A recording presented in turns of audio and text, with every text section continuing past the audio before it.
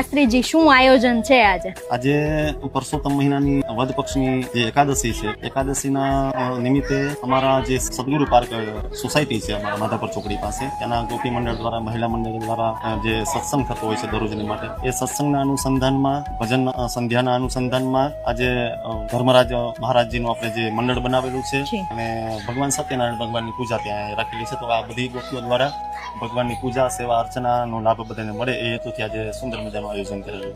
ભગવાન નારાયણના અનુસંધાનમાં છે, વિષ્ણુ ભગવાનના અનુસંધાનમાં છે. આજે અમે સત્યનારાયણ ભગવાનની પૂજા કરીએ છીએ. પરસોત્તમ મહિનો એ જ નારાયણ પરમાત્માનો, પુરુષોત્તમ એટલે ભગવાન નારાયણ પરમાત્મા, એટલે એના મહિનાની અંદર એકાદશીના તિથિના અંતર્ગત જ અમે ભગવાન સત્યનારાયણ ભગવાનની પૂજા રાખેલી છે. એટલે નારાયણમાં વિશેષ અમે પૂજા કરી શકીએ, લાભ મળી શકે અને ભજન સંકીર્તન સંધ્યા વગેરે થઈ શકે.